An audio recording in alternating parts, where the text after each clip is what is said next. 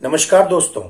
बाबा बागेश्वर आजकल पद यात्रा पर हैं और उनके पद यात्रा का जो एक उद्देश्य है दिल्ली से वृंदावन तक की इस यात्रा में, वो है कि भारत से, खास करके सनातन धर्म से जात पात को खत्म करना।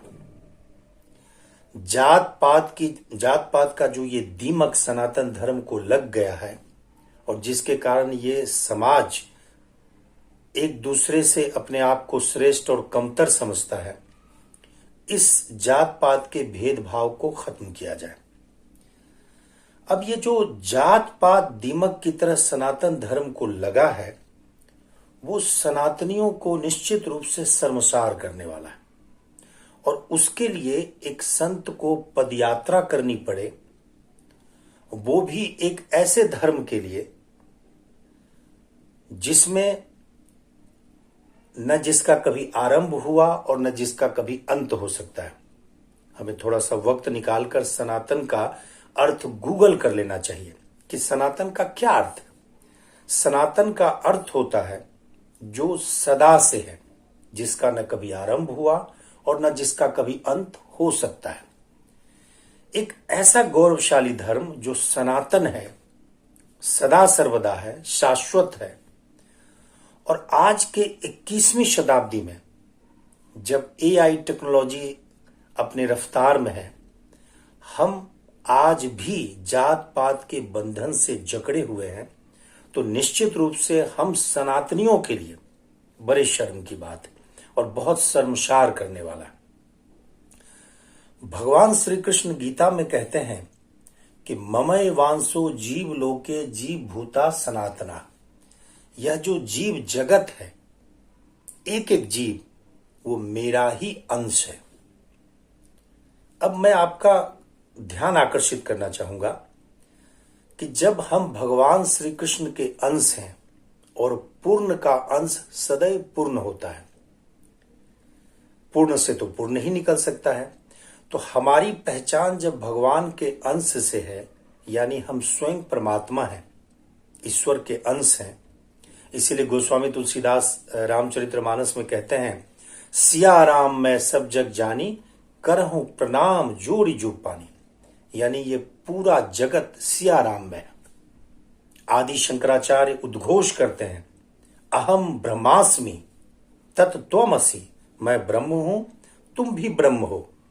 तो भाई हमारी पहचान तो कोई एक ही होगा ना, कि हम ईश्वर के अंश हैं, हम उस परम शाश्वत के अंश हैं, हम पूर्ण के अंश हैं। तो फिर हमारी पहचान ये जात पात कब और कैसे हो गया?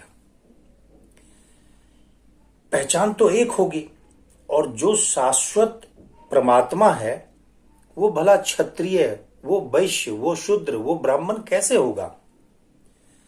आप कहेंगे कि इसका बीज तो गीता में ही है। श्री कृष्ण गीता में ही चारों वर्ण की सृष्टि करते हुए नजर आते हैं। चातुर्वर्ण्यम मया सृष्टम गुण कर्म विभागशः। निश्चित रूप से गीता में भगवान श्री कृष्ण इस श्लोक में कहते हैं, चातुर्वर्ण्यम, ये चारों वर्ण, ब्राह्मण, क्षत्रिय, वैश्य और शूद्र, इसका सृजन, इसकी रचना मैंने की। लेकिन इसी पंक्ति के अगले हिस्से को हम नजरअंदाज कर देते हैं। वो कहते हैं, चातुर्वर्ण्यम मया सृष्टम गुण कर्म विभागशः।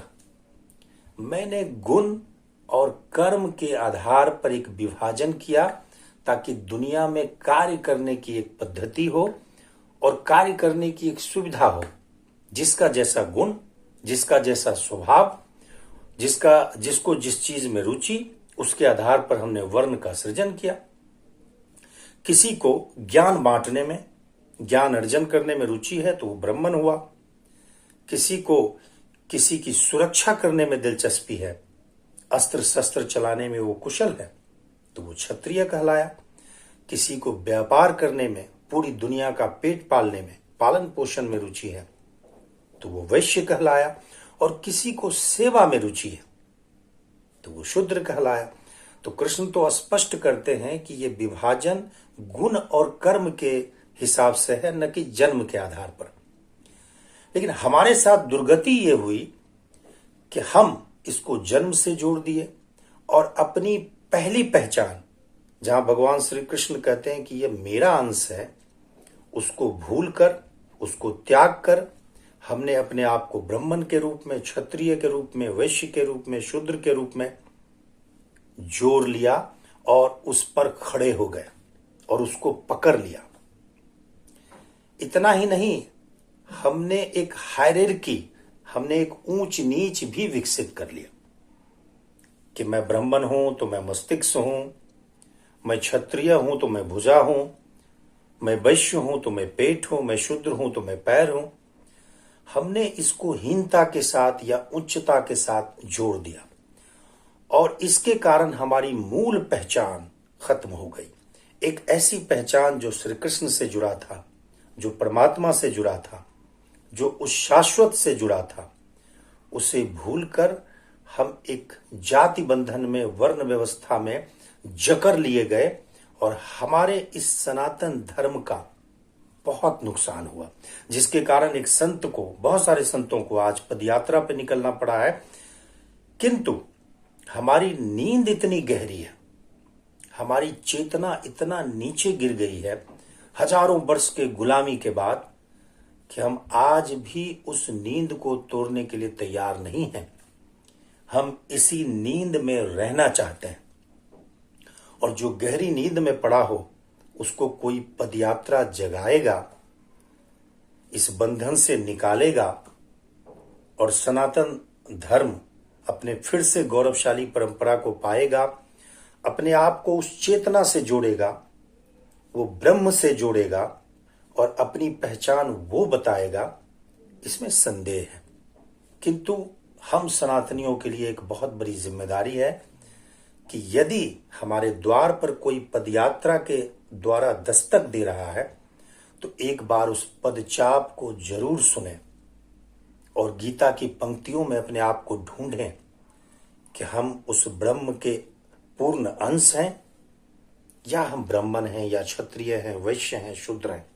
अब ये मैं आप पर छोड़ता हूं और अगर ये वीडियो अच्छा लगा हो तो इसे जरूर लाइक करें, मेरे चैनल को सब्सक्राइब करें और एक दूसरे को भेजें ताकि कम से कम इस नींद को जगाने में कुछ मदद तो हो और हमारा भी यह वीडियो आपके लिए एक दस्तक बने आपके नींद वाले द्वार पर। बहुत बहुत आभार, धन्यवाद।